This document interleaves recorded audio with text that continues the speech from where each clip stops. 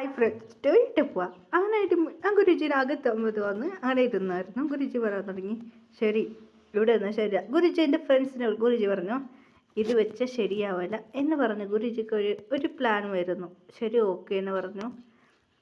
അതെ ഗുരുജി പറയാൻ തുടങ്ങി, ഇത് പ്രശ്നമില്ലമ്മ എന്ന് ഗുരുജി പറഞ്ഞു. ഇതല്ല നിങ്ങൾ പ്രശ്നം, വലിയൊരു പ്രശ്നമുണ്ട്. നിങ്ങൾ ആ കാർഡ് ലൈറ്റായിട്ടല്ല വന്നത് എന്ന് പറഞ്ഞു. നിങ്ങൾ കുറച്ച് ബാത്റൂമിന് സൈഡാണ്, നിങ്ങൾക്ക് ആ കാർഡിൽ പോയി ഭയങ്കര തെറ്റ് ചെയ്തു മോളെ. ഗുരുജി പറയുന്നത് കേട്ട് ഷോക്കായിരുന്നു. അതെ അവിടെ ഇതിനെക്കാട്ടി മോശം ഒരു പ്രേതമുണ്ട്. ആ പ്രേതത്തിൻ്റെ ഒരു കുട്ടി പാലസ്. അതെ അവിടെ ഒരു പ്രേതമുണ്ട്. ഈ പ്രേതത്തിനെക്കാട്ടി ഭയങ്കര സ്ട്രോങ് പ്രേതം. നിങ്ങൾ അവിടെ വന്ന് നിങ്ങളെല്ലാവരും അത് വാക്കി വെക്കാൻ എന്ന് പറയായിരുന്നു. ഹീറോയ്ക്ക് ഷോക്കായിരുന്നു. അതെ ആ പ്രേതത്തിക്ക് 7 മര വരെ അവൾക്ക് ഇൻട്രസ്റ്റ് വന്നിട്ടുണ്ട്. അത് മാത്രമല്ല എൻ്റെ ശരീരത്തേക്ക് ആ പ്രേതം കൂടാനിരിക്കുന്നുണ്ട് എന്ന് പറയുന്നു. ഹീറോയ്ക്ക് ഷോക്കായിരുന്നു. അതിനു മുമ്പ് ഞാൻ പറഞ്ഞു അത് ചെയ്യണോ. ഗുരുജി നിങ്ങൾ എന്താ പറയുന്നത്? ഇല്ല മോളെ നീ പറഞ്ഞു അത് ചെയ്യണോ. ശരി ഞാൻ ഇപ്പം വരുന്നത്, നിങ്ങൾ ഇവിടെ നിന്നിരുന്നു. അങ്ങനെ ഗുരുജി പോയി. ഗുരുജിൻ്റെ ഫ്രണ്ട്സ് ഹോട്ടൽ പറഞ്ഞ നിറയെ ഫ്രണ്ട്സ് ഗുരുജിക്കുണ്ട്. അതിലൊരു ഫ്രണ്ട് കോൾ ചെയ്തായിരുന്നു. അങ്ങനെ അവിടെ ഒരു ബാങ്ക് കൊടുക്കുന്നു നിസ്കരിക്കാൻ പറഞ്ഞു. അതൊരു മുസ്ലിം ആയിരുന്നു, ഫ്രണ്ടായിരുന്നു. എവിടെ ഉണ്ടടാ? എന്താടാ നീ പ്രശ്നമോ? ഇല്ലടാ നടന്ന കാര്യം പറഞ്ഞു. ശരിടാ ഞാൻ വരുന്നുണ്ട് എന്ന് പറയായിരുന്നു. അതെടാ നമ്മൾ ഒരു സീക്രട്ട് പ്ലേസ് അവിടേക്ക് ഞാൻ വരാം എന്ന് പറഞ്ഞിട്ട് വരാനായിരുന്നു. ഫ്രണ്ടിൻ്റെ സീക്രട്ട് പ്ലേസ്, അവർ ഒരു ഫ്രണ്ട്സിൻ്റെ സീക്രട്ട്. പിന്നെ അടുത്തൊരു കോള് ചർച്ച്. അതെ ഹലോ ശരിടാ ഞാൻ വരാം എന്ന് പറഞ്ഞു. ബാക്കി ഫ്രണ്ട്സ് ശരി ഓക്കെ. പിന്നെ ഒരു വോയിസ് ഹിന്ദി, ഹലോ ശരിടാ ഞാൻ വരാം. ശരി ഓക്കെ എന്ന് പറഞ്ഞു. പിന്നെ ഡീലായിരുന്നു. പിന്നെ ഒന്ന് ഫോൺ വിളിച്ചിരുന്നു. അങ്ങനെ പറഞ്ഞ നിറയെ ഫ്രണ്ട്സ് ഉണ്ട്. പറഞ്ഞ ഗുരുജി സാധാ ഗുരുജിയുടെ നിറയെ ലാംഗ്വേജ് അറിയും. അങ്ങനെ ആ ഫ്രണ്ട്സിനെല്ലാം വിളിച്ചിരുന്നു. ഫ്രണ്ട്സ് എല്ലാം ശരിടാ ഞങ്ങൾ വരാം, ഞങ്ങൾ ഇപ്പോൾ വന്നുടാ, എനിക്ക് ഓൾറെഡി അറിഞ്ഞു എന്ന് ബാക്കി ഫ്രണ്ട്സ് പറഞ്ഞു. ഞങ്ങൾ ഇന്ത്യക്ക് വന്നിട്ടുണ്ട് എന്ന് ബാക്കി ഫ്രണ്ട്സ് പറഞ്ഞു. അങ്ങനെ സീക്രട്ട് പ്ലേസ് അങ്ങനെ അവിടേക്ക് വന്നു. അങ്ങനെ വന്നു. അങ്ങനെയായിട്ട് ഹീറോമാർ ഇപ്പം നൈറ്റായി നമുക്ക് രാവിലേക്ക് പോകാം എന്ന് ഗുരുജിൻ്റെ പ്ലേസ് തന്നു. അവിടെ ഉറങ്ങിക്കോന്ന്. ഞാൻ അവിടെ ഉറങ്ങി. അങ്ങനായിട്ട് രാവിലെ ആയി, വാ വേഗം എന്ന് പറഞ്ഞു. രാവിലെ ഇപ്പം ഒന്നും പ്രശ്നമില്ല എന്നെ അവിടെ എല്ലാവരും വിളിച്ചുകൊണ്ട് പോയിരുന്നു. അങ്ങനെയായിട്ട് ശിഷ്യന്മാരോട് ഒന്ന് ഡ്രസ്സ് കൊടുക്കാൻ പറഞ്ഞായിരുന്നു. അതുകൊണ്ട് ഡ്രസ്സ് കൊടുക്കുന്നു. പിന്നെ ഹീറോയ്ക്ക് ഇത് മാജിക് യൂസ് ചെയ്ത് കയ്യിലൊരു ഡീസൽ ഗുരുജി ഇത് എൻ്റെ കയ്യിൽ വന്നത് അത് മൈലാജമ്മ നിൻ്റെ ഫ്രണ്ട് വെച്ചതാ, എൻ്റെ ഫ്രണ്ട് അറിയില്ല അടിക്കുക നീനാന്ന് പറയുന്നത്. അങ്ങനെ ആ പ്ലേസിൽ വന്നു. അങ്ങനെ ആ പ്രേതത്തിനെ നശിപ്പിക്കാൻ വേണ്ടി പ്ലാൻ ഓൾറെഡി സക്സസ് ആയിരുന്നു. അങ്ങനെയായിട്ട് ഗുരുജി പറയായിരുന്നു ഫസ്റ്റ് നീ ഇത് സെറ്റിലാവണം, അത് ചെറിയ പ്രശ്നം, അത് ഞാൻ സോൾവ് ചെയ്യാം എന്ന് ഗുരുജി പറഞ്ഞു. ഫസ്റ്റ് ഇതാണ് പ്രശ്നം, വലിയ പ്രശ്നം എന്നെ പറഞ്ഞവരിൽ വിളിച്ചോണ്ടോ. ഹീറോയിന് വെഡിങ് ഡ്രസ്സ് ഇട്ട് ഹീറോയ്ക്ക് ഷോക്കായിരുന്നു. എന്താ വെഡിങ് ഡ്രസ്സാ എന്ത് പറയുന്നതെന്ന് പറയായിരുന്നു. ഇല്ല മോളെ വേറെ വഴിയില്ല എന്ന് പറഞ്ഞു. അങ്ങനെയായിട്ട് ശരി ഓക്കെ പറഞ്ഞു. ഹീറോയി സമ്മതിച്ചു.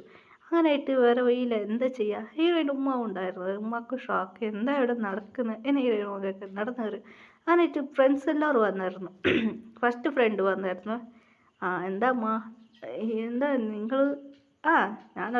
ഞാനൊരാളാണ്. അതെ അതിലൊരു മുസ്ലിം ആയിരുന്നു ഫസ്റ്റ് ഫ്രണ്ട്. ശരി മോളെ പോയിട്ട് നിക്കാവ് കേൾക്കണ്ടേ? അതെങ്ങനെ നിക്കാവ് കേൾക്കാൻ പറ്റും? ആരാ എൻ്റെ ഹസ്ബൻഡ്? നോക്കായിരുന്നു നീ അപ്പാ. പിന്നെ ഫാദർ വന്നായിരുന്നു. പിന്നെ ഒരു മുസ്ലിം വന്നായിരുന്നു. ശരി ഓക്കെ പോകുമ്പോൾ റെഡി ആയി വാ എന്ന് പറയായിരുന്നു. ഹീറോയ്ക്ക് ഷാക്കായിരുന്നു.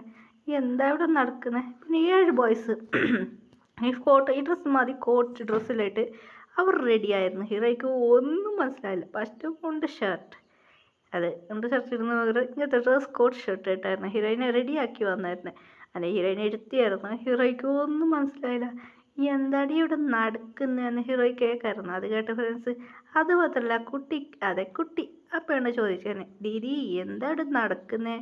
അങ്ങനെയായിട്ട് ഒന്നുമില്ലടി, എന്ത് നടക്കുന്നത് എനിക്കും കൂടെ അറിയില്ല എന്ന് പറയായിരുന്നു. അങ്ങനെയായിട്ട് ശരി ദീദി അത് പ്രശ്നമല്ല, ദീദി പറയുന്നത് അത് അപ്പുറത്ത് വീട്ടിൽ കുട്ടിയാണ്. ശരി ആ ട്രിപ്പ് വന്നാൽ ഇവിടെ മാരേജ് നടക്കുന്നല്ലോ. ഒന്നുമില്ലടി എന്താ ചെയ്യുക, ഒന്നും മനസ്സിലാവില്ല എന്നാ പറയരുത്. നിങ്ങൾ ഫസ്റ്റ് എപ്പിസോഡിൽ മനസ്സിലാവും. അവരുടെ ക്യാരക്ടർ നമ്മൾ ഹീറോയിൻ്റെ നെയിമും അതിലേ ഉണ്ടാവും. അതായിട്ട് പറയായിരുന്നു. എന്തോന്ന് നടക്കുന്ന ഇവിടെ കോമഡി എന്ന് പറഞ്ഞായിരുന്നു. അങ്ങനെ എല്ലാം റെഡിയായിരുന്നു.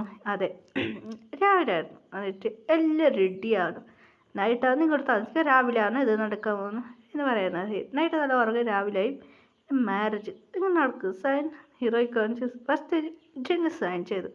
ഹീറോയിനെ നോക്കുമായിരുന്നു. ഹീറോയിൻ അവിടെ വിരിയിട്ടായിരുന്നു. ശരി കാണാൻ വരിക, ശരി ലുക്ക് നോക്കാം. അങ്ങനായിട്ട് ജിന്ന് സൈൻ ചെയ്ത് ഷുഗർ സൈൻ, ജേഹോബ് ആറാം, ജമീൻ വി ജേക്കബ് അങ്ങനെ ഓരോ നാൾ ഓരോന്ന് സൈനിട്ട് അങ്ങനെയായിട്ട് മാരേജായി. അങ്ങനെ ആ തുണി മാറ്റിയാൽ പറഞ്ഞിട്ട് അങ്ങനെ ഹീറോയെ സൈൻ ചെയ്ത് 7 നോക്കുമായിരുന്നു. 7 പേർ നോക്കി ഹീറോയ്ക്ക് ഷാക്കാണ്.